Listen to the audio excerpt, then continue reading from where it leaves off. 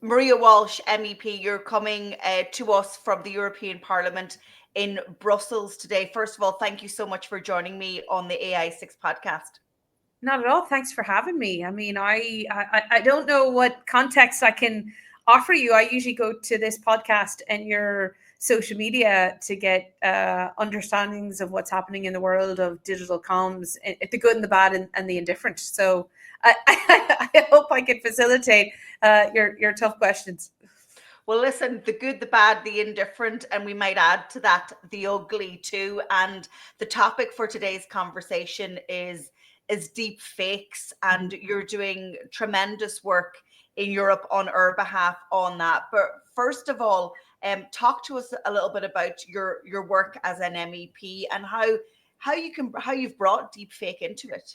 Yeah, so for those who tuned in and are watching, so there's about 20 odd committees here in the European Parliament. And to give you the cliff notes, 720 MEPs working across the 27 member states. And within that, everyone has, you work individually on your own ambitions and goals that impact your constituents. You also work within your grouping. So for Fine Gael, where I sit, it's the EPP group. And then you also work within your committee. And then within all of that soup of democracy, you're also working right across the political divides, across the hallways, to make sure other MEPs of other political groupings that might have similar interests or have been impacted by something, you're leaning into their expertise, and it's really becoming this EU-wide support. So I say all of that because if you look at the likes of deepfakes, so for those connected, and I know many of your viewers already know this, but for some who don't know, I mean, deepfakes have been around for a long time. The music and the movie industry have been using them for quite a while. And I would call that the good side of deepfakes, bringing us into that mythical, magical world.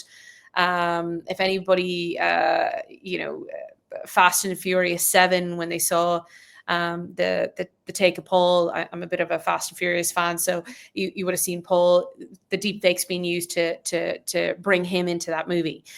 And then you have what we're talking about today and the darker side of the web, which is growing, which is a very, very big concern. So deepfakes being AI generated, so synthetically created content, video, image, or voice audio file, which is incredibly important when we talk about the political world too, and how information transcends out there. And what we know from current research, and this is probably a big issue, we don't have up to date. We feed into a lot of the same research. Right now, from research, 96% of deepfakes being created are created with a pornographic or sexually explicit nature in mind. And 99% of that victim is women and young girls.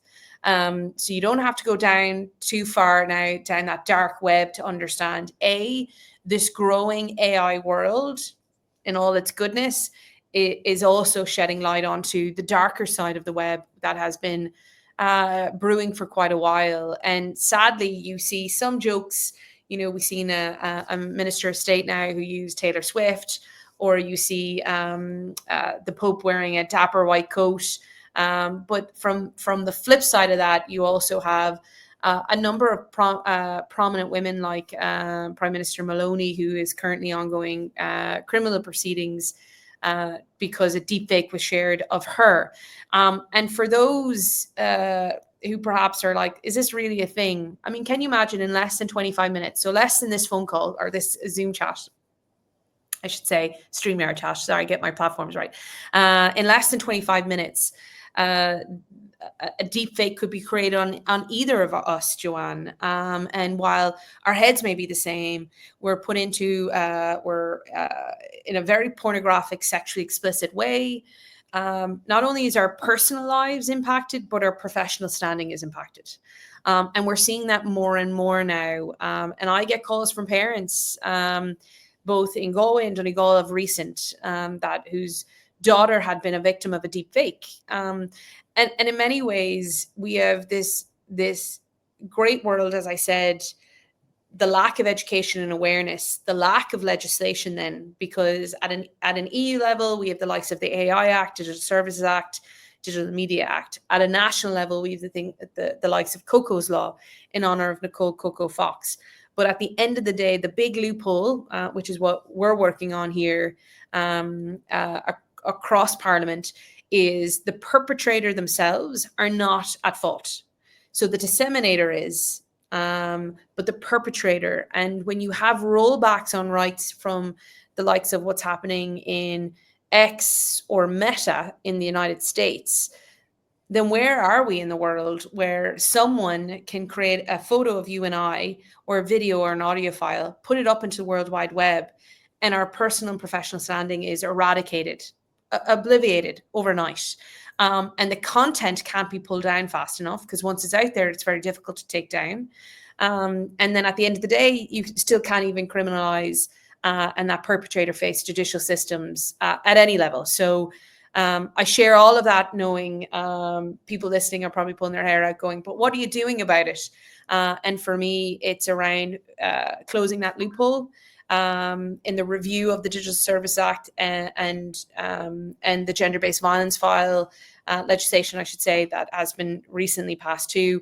There's some loopholes here that we're going to have a targeted gender-based legislation on closing that loophole, because as I said, 99% of deepfake victims are women and young girls.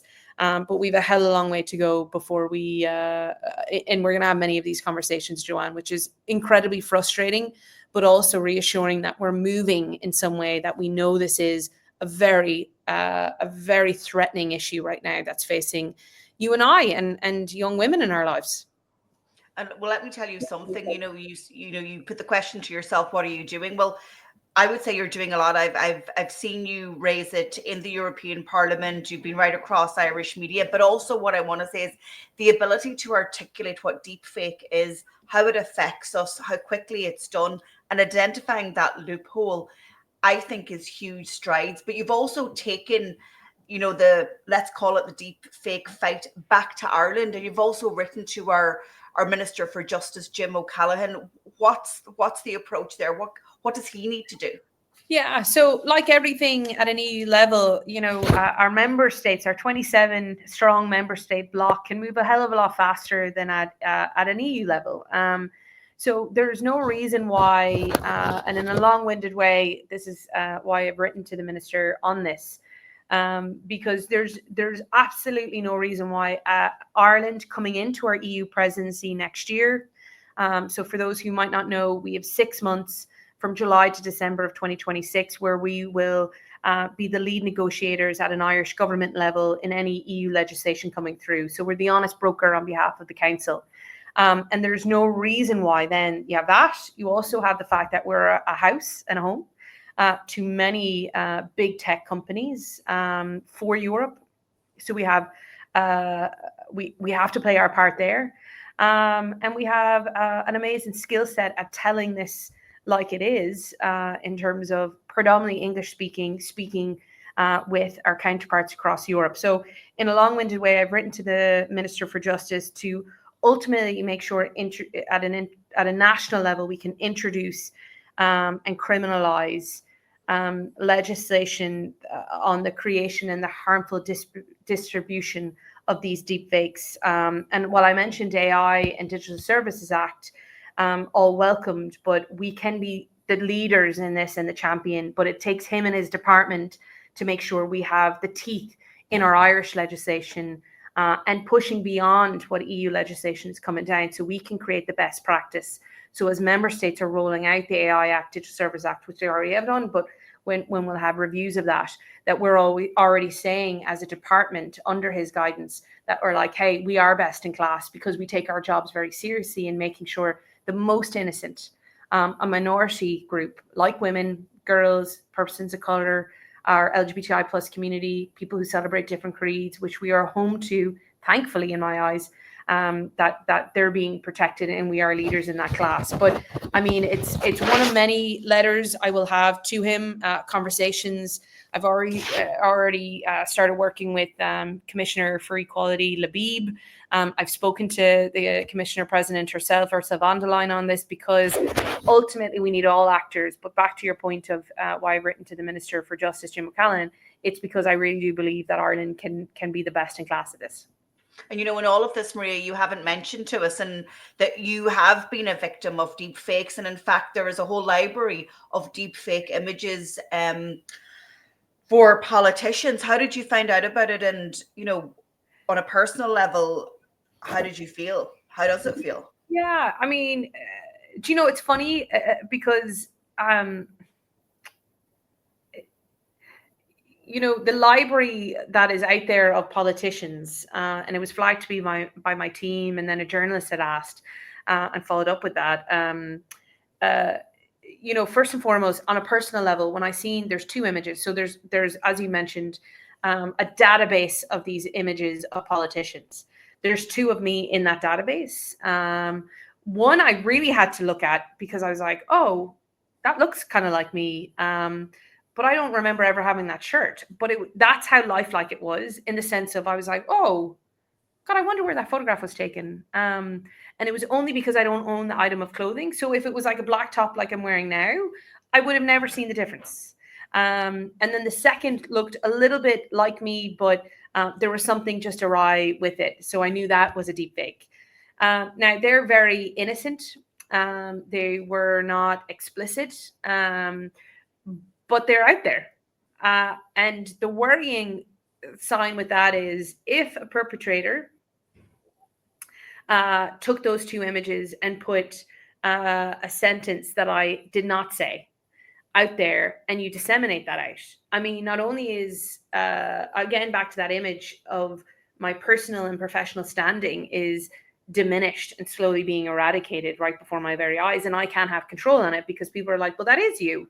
I got it off the diary, or like, well, I seen it on social media platforms and it looks exactly like you. And that's the real worrying sign. And then the reality is, as a public profile for the last 10 years since the International Rose Days in 2014, the sad reality is there's more than likely a lot more deepfakes out there that we just haven't seen. And you go back to the person who, and I always think about this, the person who's sitting in their house right now, or who's in a secondary school, or in an office like I am now, who then doesn't have as much support in their lives as I do. I work with highly skilled folks, predominantly women, who I know have my back. And I also know I have a party both at EU and national level to support me. And I have direct access to independent media to get the message out, while it'll be very slow and very difficult to get into every house that sees that. But not everybody has that privilege. And that's the seriousness of seeing myself. I'm like, oh, like, it's whatever about seeing me. It's the person that does not have access to where to go. There's no helpline for if a deep fake has gone out on you. There's only so much Garda Síochána can do. We need the skill set growing in the deep fake space for sure at an EU and national level.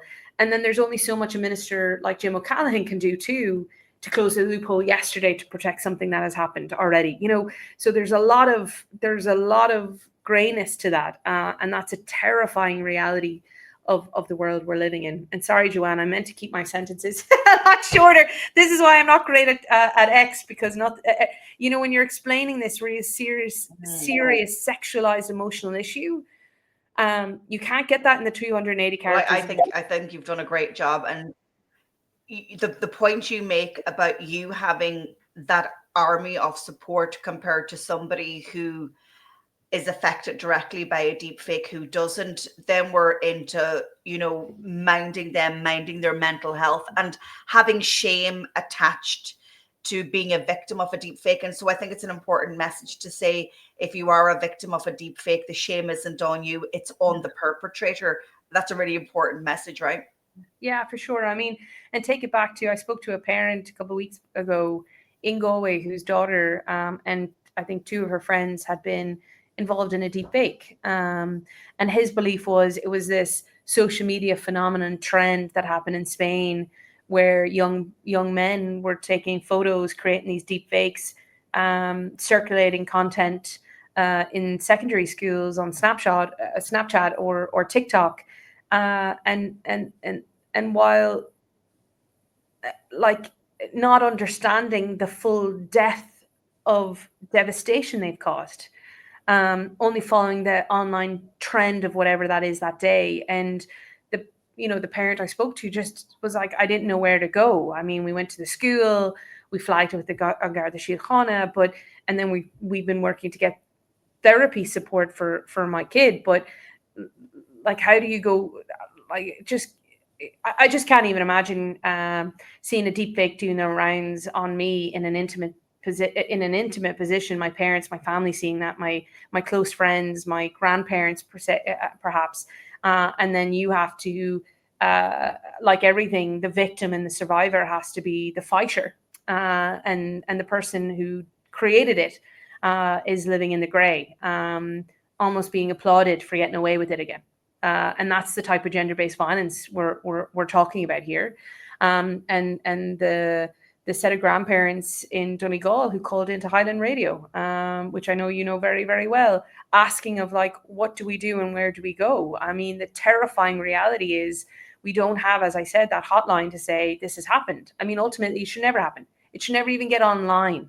And I got to give a shout out to Women's Aid who have done incredible work at raising the awareness that the likes of our tech giants, for a long period of time, were promoting these nudify apps.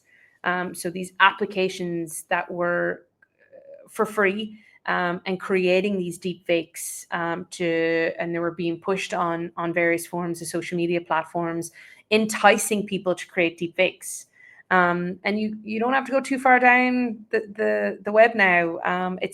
It's not like back in the day. I mean, I remember in a very different world. I remember being, as the first known LGBTI arose, and you had to go down a lot of the pages or the threads of a platform to find the mean things, and now, sadly, you don't even have to flick your phone all that far to see it screaming at you.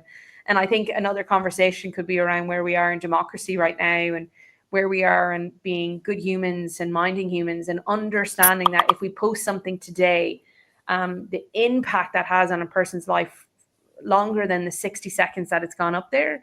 The reality of that thread of that hasn't sunk in yet, and particularly for a younger generation, like the boy or the couple of men that created that of those girls in Galway. I mean, I think the reality of it too is, when you enter into the workforce, or you're applying for finance, or you're going for that promotion, or trying to get on that school board, whatever it may be, people can Google you, or search for you in different platforms. So the impact is long-standing, and that seriousness is what we need to get through to people, and that's the education piece, that's the awareness piece, like we're having here. The judicial system and the legal system we need to work on. We need the expertise. We need people watching this saying, and all your podcasts to say, hang on a second, I want to get into that world. A, because it's a growing economy. B, because I think I can make impact, and I know I can, and I'm doing it for the better versus the worse. We need all of that to work in parallel to actually combat what young women and girls are going through on a daily basis. And you know what, AI is going nowhere. So, the more of us that can champion AI for good, the better. Well, listen, Maria Walsh, MEP for Midlands North West in Ireland, thank you so much for joining me on the AI6 podcast. I know you are running to deliver a speech in Parliament. So thank you for your time, and thank you for your work. And keep doing it. Here, can I just say on behalf of all your viewers, thanks for educating us, because these type of conversations, I know the amount of work, I'm going to fangirl you here for a sec. I know the amount of work you do behind the scenes to make sure you have guests that are informative, but also empathetic, and have that a piece of authenticity, so that people connecting to it also understand the seriousness of it, but also that they have power to do something on it. So kudos to you, and thanks very much for having me. Thanks, Maria. See you later. See ya.